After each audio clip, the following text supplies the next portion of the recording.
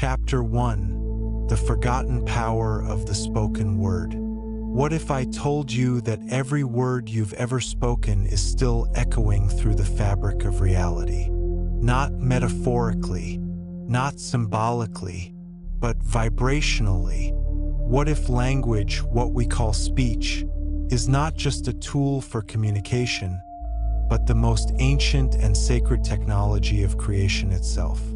You were taught that words describe reality, but the mystics, the sages, the builders of temples and timelines, they knew something else. They knew that words shape reality, that every sound you utter is not a label for the world, but a signal that ripples through the invisible architecture of the universe, commanding the formless into form. But you've forgotten, not by accident, but by design. You see, from the very beginning, you were taught to speak from the mind, not from the soul.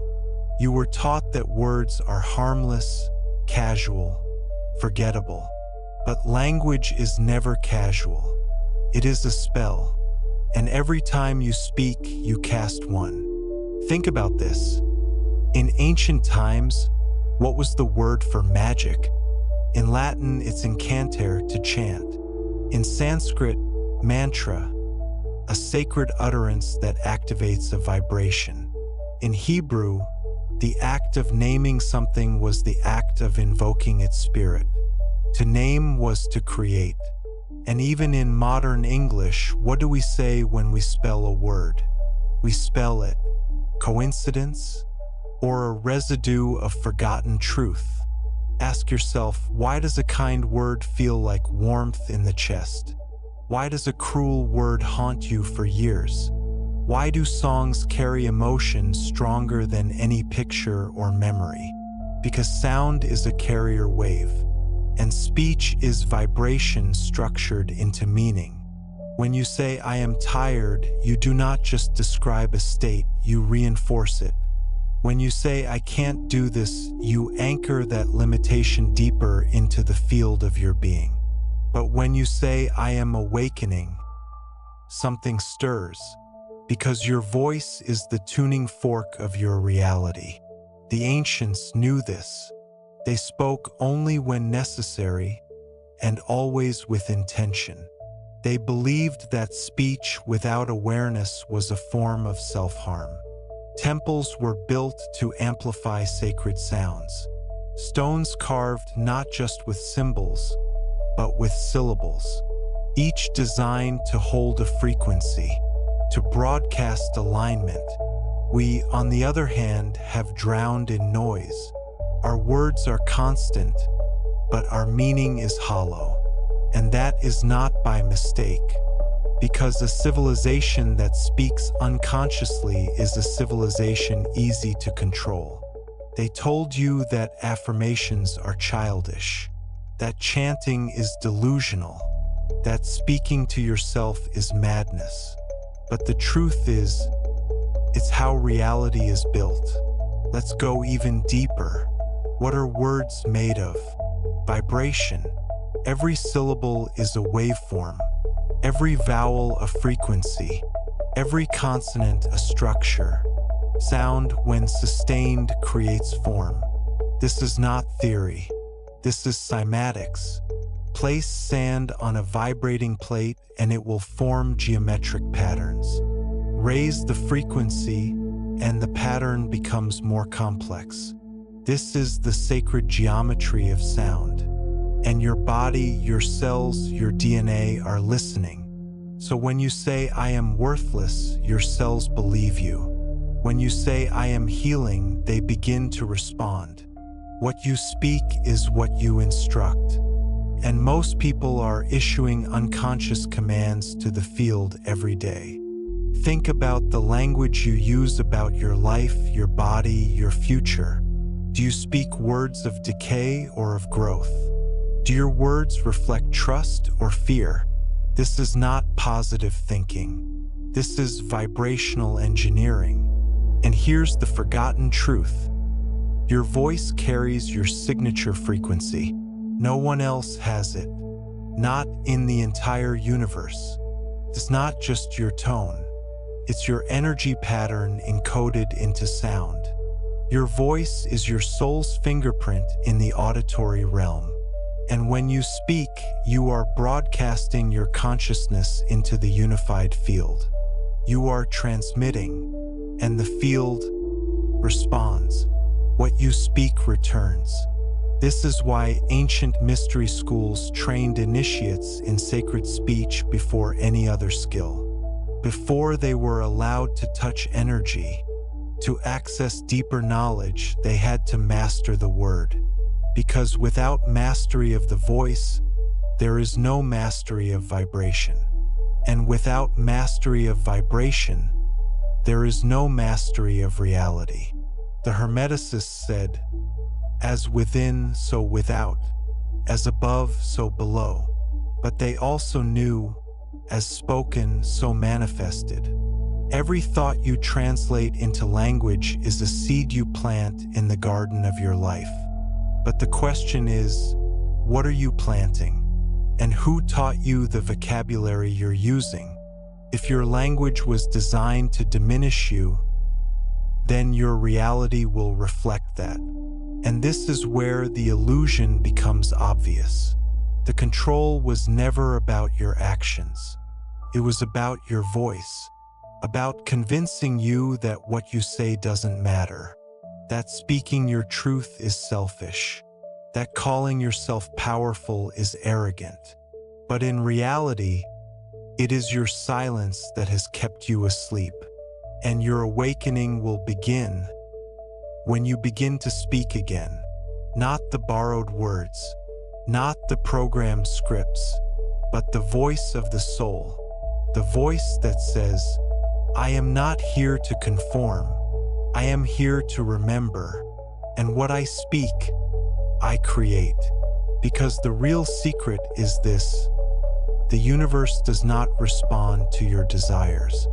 It responds to your declaration, not to what you wish, but to what you say.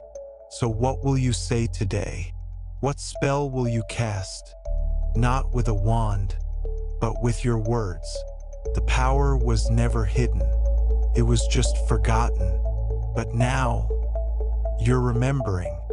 Chapter 2: Sound, Frequency, and the Matrix of Matter. What if I told you that everything you touch, everything you see, everything you think is sound? Not audible sound, not the kind you hear with your ears, but vibration, waves, frequency, rhythm, patterns vibrating so fast or so slow they take shape as matter, as thoughts, as emotion.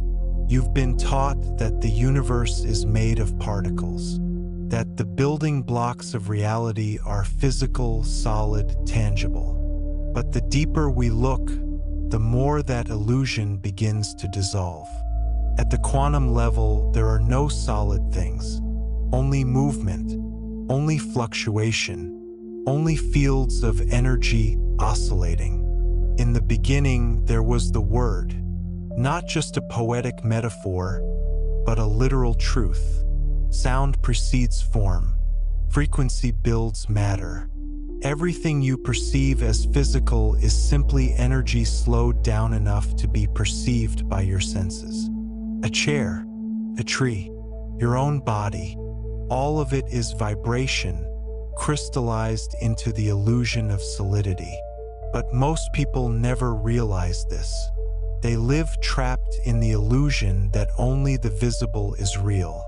But the ancients, the mystics, the keepers of forgotten truths, they knew otherwise. They knew that reality is built not from bricks, but from tones. They understood what modern science is just beginning to rediscover, that frequency is the blueprint of the universe. Let's begin with a truth few dare to consider.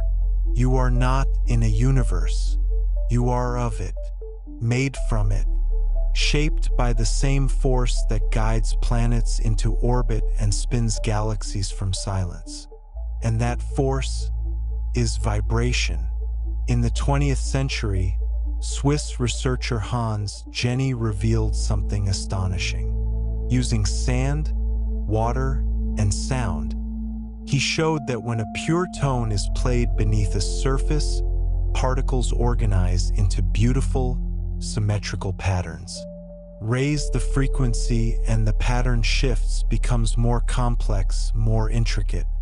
This is cymatics, and what it reveals is breathtaking. Sound shapes reality. Form is born from frequency, and if this is true for sand, imagine what sound is doing to your body, to your cells, to your thoughts. Your body is 70% water, a perfect conductor for vibration. Your bones? Crystalline structures, resonant and receptive. Your DNA? A fractal antenna, sensitive to sound, light, and emotion. So when you speak, when you think, when you feel, you are not just expressing. You are transmitting frequencies into the matrix of matter. You are sculpting reality one vibration at a time. And here's the forgotten key. The universe does not respond to your words. It responds to the frequency behind them. This is why you can say, "I'm fine." But if your vibration says, "I'm broken," the field will respond to your pain, not your pretense. This is why affirmations don't work for everyone. Because it's not about what you say, it's about the vibration you become as you say it. Words are carriers, but emotion is the fuel. And the frequency behind your words determines what returns to you. The Hermetic law of vibration teaches, nothing rests, everything moves, everything vibrates. This is not mysticism. This is physics. From atoms to galaxies, from thought to stone, all is motion, all is wave. Tesla once said, "If you want to find the secrets of the universe, think in terms of energy, frequency, and vibration. Not matter, not logic, not opinion, but vibration. Your thoughts, vibrations. Your emotions, vibrations. Your voice, a frequency embedded with intention. And everything you emit becomes your signal to the cosmos." Now think about how you speak, how you feel, how you vibrate each day. Is it chaotic or coherent? Is it low or high? Is it rooted in fear or in love? Because the vibration you send is the blueprint for the experience you receive. The ancients did not chant for ritual. They chanted for resonance. Every syllable, every note, every sacred sound was designed to align the body, mind, and soul to higher frequencies.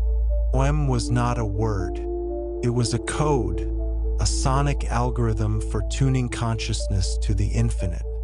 In Egypt, priests would tone sacred vowels inside temples engineered for resonance.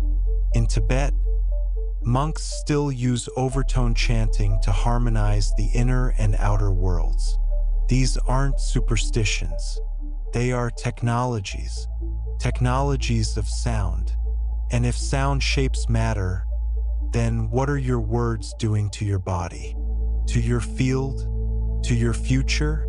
Every complaint, every criticism, every word soaked in fear becomes a vibrational imprint, and that imprint ripples outward, sculpting experience.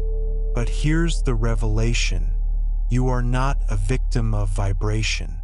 You are a composer. And the more you understand this, the more intentional your symphony becomes. Your voice is a wand, your tone, a tuning fork, and your consciousness, the conductor. When you align with love, your frequency rises. When you align with fear, it falls. This is not good or bad, it is simply magnetic law. Like attracts like. Your vibration is your broadcast, and the universe is your mirror. So ask yourself, what frequency do I live in? What rhythm do I pulse with? What music am I writing with my life? Because this is not about speaking positively. It is about becoming vibrationally aligned. When your thoughts, words, and emotions match the frequency of what you desire, creation becomes effortless, reality rearranges, and the matrix of matter responds. Because you are not separate from the field. You are the field, localized, embodied, and awakening. You are vibration, remembering itself, and sound is your key. Chapter 3: Echoes from the Ancients, Mantras, Incantations, and Creation Codes.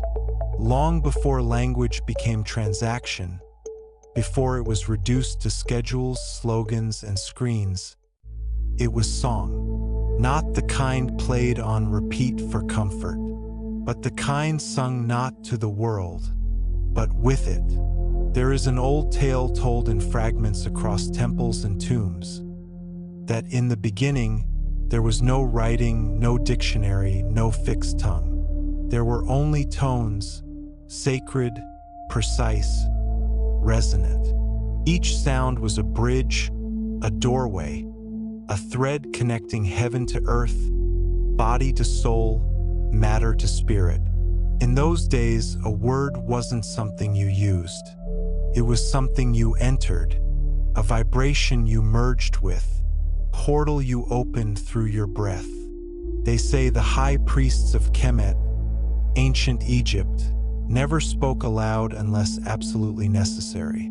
To speak was to shape, to name was to summon, and to summon without purpose was to invite chaos into order.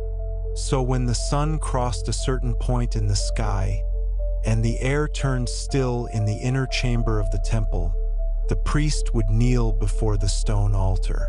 He would inhale not just air, but intent. And then, with a tone so low and steady it could barely be called sound, he would chant a name. Not a name like John or Sarah, but a vibrational formula. A string of syllables that opened up the field and bent it toward harmony. And the walls would respond, not metaphorically. The stone, cut with sacred geometry, would begin to resonate. Dust would shimmer in the air. The chamber would become a speaker, the voice, the current, the body, the tuning fork. They understood something we've forgotten, that creation is vibrational, that the universe responds not to volume, but to purity, not to grammar, but to frequency. The Vedic rishis of ancient India knew the same. They didn't just say mantras, they became them. For hours, they would chant sequences passed down from teacher to student not by explanation, but by resonance. Om Namah Shivaya, Gayatri, Soham. These were not poetic expressions. They were sonic maps, keys that tuned the body to cosmic rhythm. Each syllable a pressure point on the soul. And not just in the East. Across oceans, in the high Andes, the Karo shamans whispered Icaros into the night. Songs not written, but received. Frequencies carried on breath to realign energy. Clear the unseen, call the plants, quiet the mind. They say an Icaro is not remembered with the brain. It is remembered in the bones. Even in medieval Europe, before the burnings and bans, the mystics of the mystery schools guarded the vowel chants. 5 tones, each connected to an element. Each used to call in guidance, to open gateways, to dissolve illusion. And always the sound came first, before the herbs, before the oils, before the fire. The voice, it seems, was the original ritual. But time passed. The sacred was mocked. The chants became superstition. The tones became entertainment. And the words became noise. Still, echoes remain, sometimes in the hum you make without realizing. The sound that rises when you're alone, when thought stops, when something deeper takes over.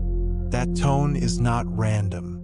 It is a remembering, a trace of the original frequency trying to surface through centuries of silence. Modern science catches glimpses of what the ancients knew. Cymatics shows us sound creating form, sand dancing into mandalas on metal plates. Raise the pitch and the shape changes. Sound constructs geometry. Vibration builds reality. And what is a mantra, if not sound applied with sacred intent? What is an incantation, if not vibration with precision? Some say, but I don't know the words. I haven't studied Sanskrit. I haven't been initiated. And that is the last illusion, because the most ancient language is felt, not taught. It rises from silence, from stillness, from breath remembered as bridge. You do not need a guru to give you permission. Your body is already a temple, your voice already a sacred tool. The code is in you. It always was. But will you speak it? Not for anyone else, but for the earth, for your cells, for the parts of you waiting to be remembered. The first creation didn't begin with a plan. It began with a sound, and your next becoming might begin the same way. Chapter 4. The vibration behind emotion, why feeling is the real language of the universe. It starts before the thought, before the word, before the breath even finds shape. It begins in the quiet pulse, the invisible tide rising inside your chest, what we call feeling. Not a reaction, not a fleeting mood, but vibration, raw, magnetic, primordial. The ancients understood something that science is only beginning to measure. That emotion is not a byproduct of experience. It is a signal, a tuning fork within the body, a language the universe hears louder than any sentence you could ever speak. You've been taught that your feelings are private, internal, even irrational. But nothing could be further from the truth. Your emotions are not invisible. They radiate. They pulse outward from you like waves through water, carving patterns into the fabric of the field. Every joy, every fear, every heartbreak, a frequency. And this frequency does not stay inside.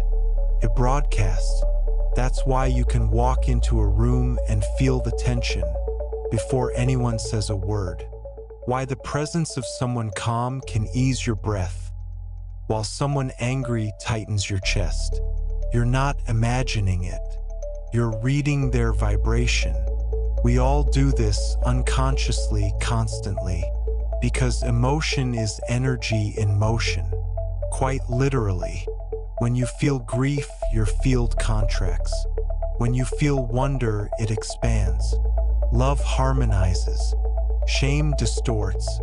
Each emotion carries a specific vibration, and that vibration shapes the lens through which you see the world and the way the world responds to you. This is why your words alone are not enough. You can say, "I'm happy" 1,000 times, but if the vibration of sadness pulses beneath, the universe will not respond to your words. It will respond to your feeling. This is why forced affirmations often feel hollow, because the cosmos is not listening to your grammar. It is listening to your resonance. The real question is not, what are you saying? It's, what are you feeling while you say it? In every spiritual tradition, there is a hidden layer beneath the words. The frequency of devotion, of reverence, of surrender. It is not the prayer that holds the power. It is the state of being from which the prayer emerges. Emotion is the conductor. It binds thought and sound to form. This is why ancient chants worked. Not because the syllables were magical, but because they were sung with the full presence of the soul. Modern society has taught you to suppress this, to hide your emotions, to distrust them, to file them away as irrational data. But the mystics knew better. They saw emotion as sacred compass, a messenger of truth, a force to be felt fully, not tamed. Because when you allow yourself to feel deeply, openly, honestly, you tune to your core frequency. And from there, everything aligns. Desire is not wrong. It is vibration calling you forward. Grief is not weakness. It is love stretching beyond the limits of form. Fear is not failure. It is energy searching for safety. And love is not an emotion at all.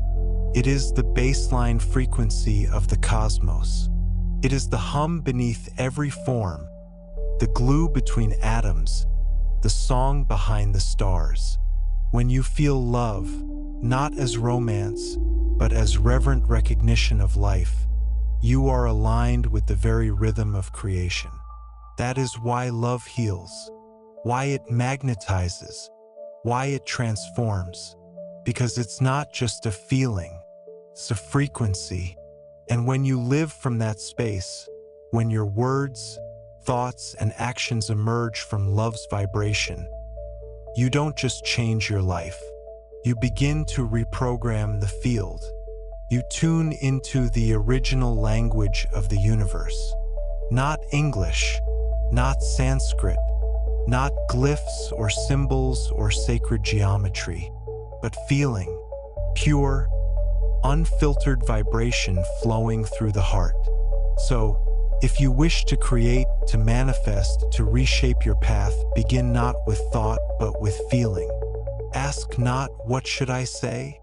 Ask, what must I feel to make this true?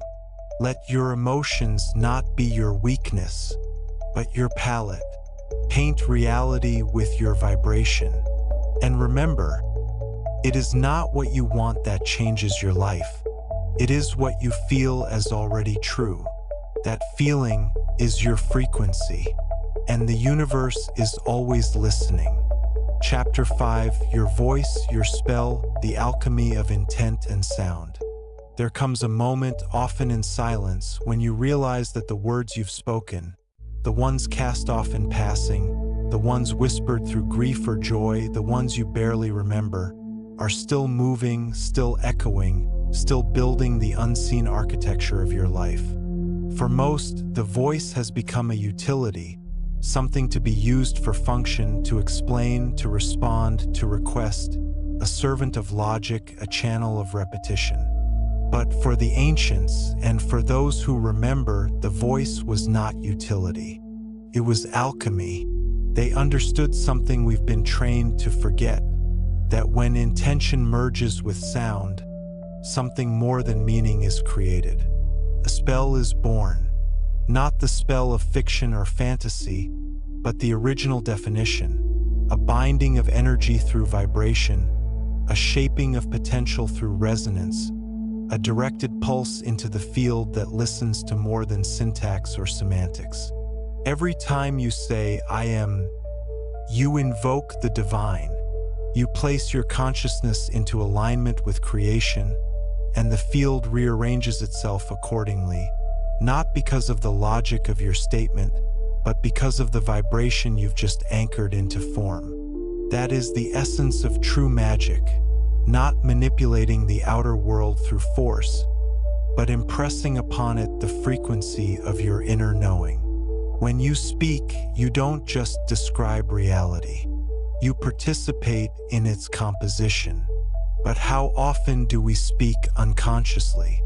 How many times do we curse ourselves with phrases like, "I'm always tired," "I can't do this," "things never work out," without realizing that these are not complaints, but incantations, How often do we echo fear and call it truth?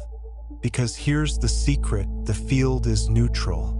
It does not discern between sarcasm and sincerity, between doubt and devotion. It mirrors what is most stable in frequency, not what is most dramatic in tone. Your voice is the transmitter, your intent the current, and your emotion the amplifier. And yet, so many of us walk through life casting spells that bind us, words saturated with self-denial, with inherited shame, with beliefs that never belonged to us, but that we now wear like sacred contracts. But the contract can be rewritten. You can begin again. You can choose new words, not as a performance, but as a declaration of vibration. You can speak not just to be heard, but to heal, not to explain, but to create. You can let your voice become sacred again. The ancient mystics practiced the art of the spoken spell with reverence. They didn't speak without alignment. They waited for stillness, for presence, for clarity of feeling. Then and only then did they speak, because they knew the cost of careless sound. The Egyptian high initiates trained for years in Heikau, the sacred science of speech. The word wasn't a message, it was an energy, and the initiate was taught to shape it with precision, like a blade that could cut illusion or a bomb that could restore balance. This is not lost knowledge. It lives in you now, in the way your voice tightens when you lie, because it knows vibration is betraying itself. In the way your breath deepens when you speak truth, because coherence has returned.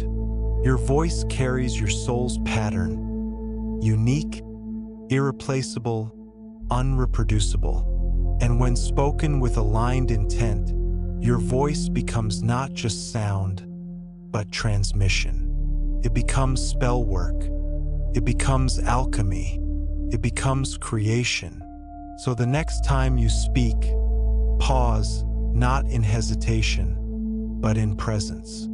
Ask yourself, what frequency am I planting into the soil of this moment? And more importantly, who am I becoming with these words? Because the truth is simple. Your voice is your wand. Use it as if the world is listening, because it is. Chapter 6. The subconscious as a tuning fork, rewiring the inner ear.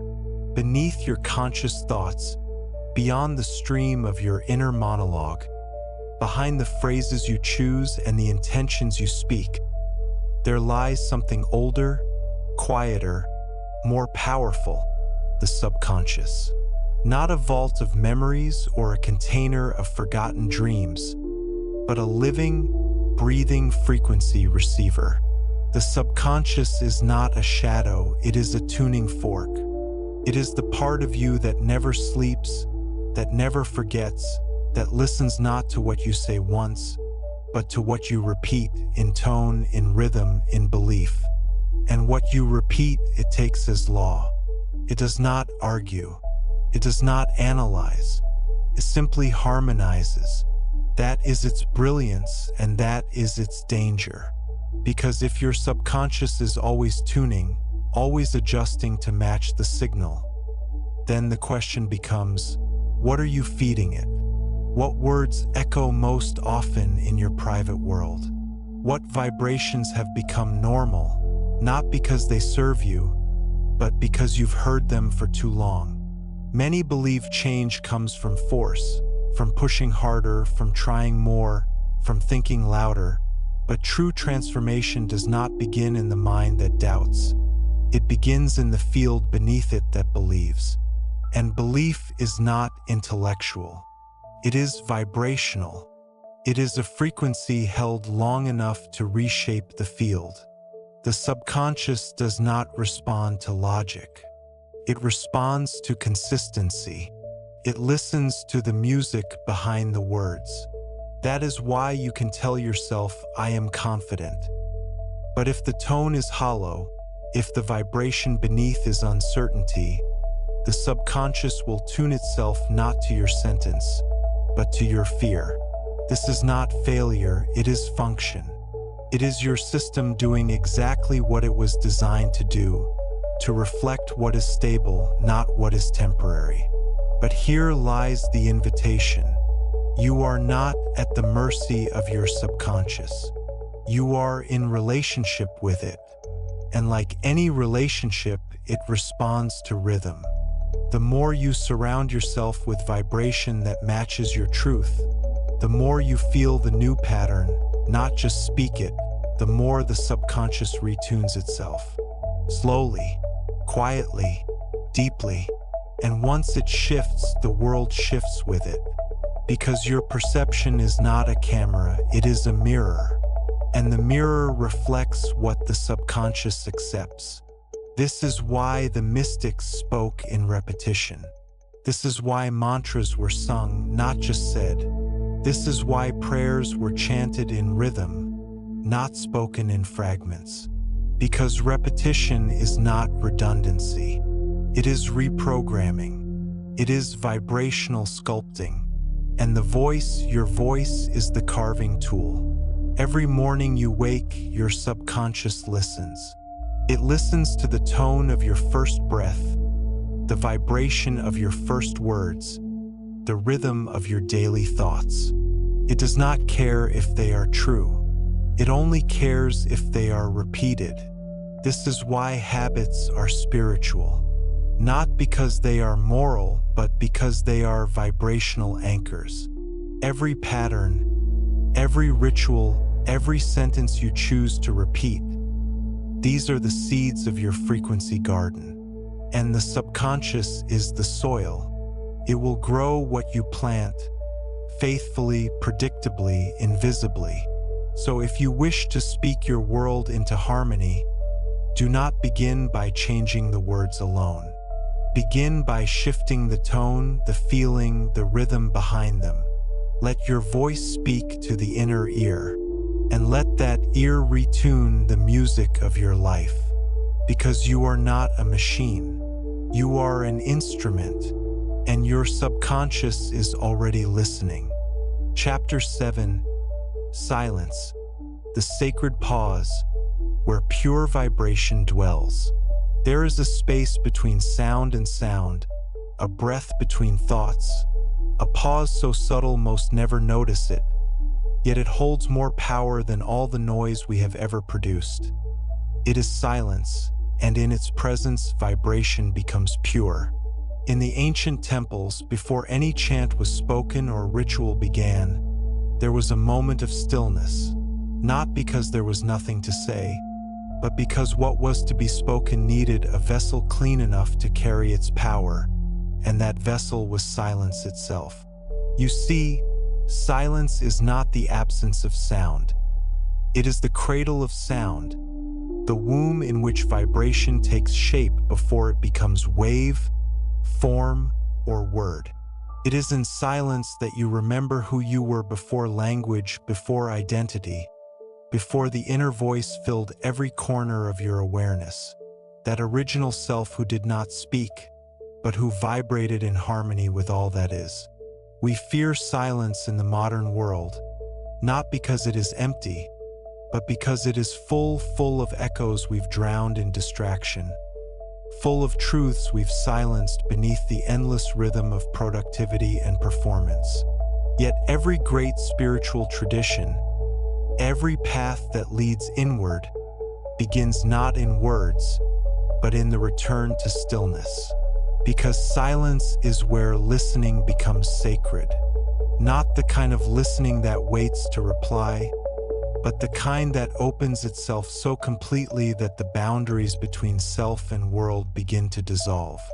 And in that dissolution, something extraordinary happens.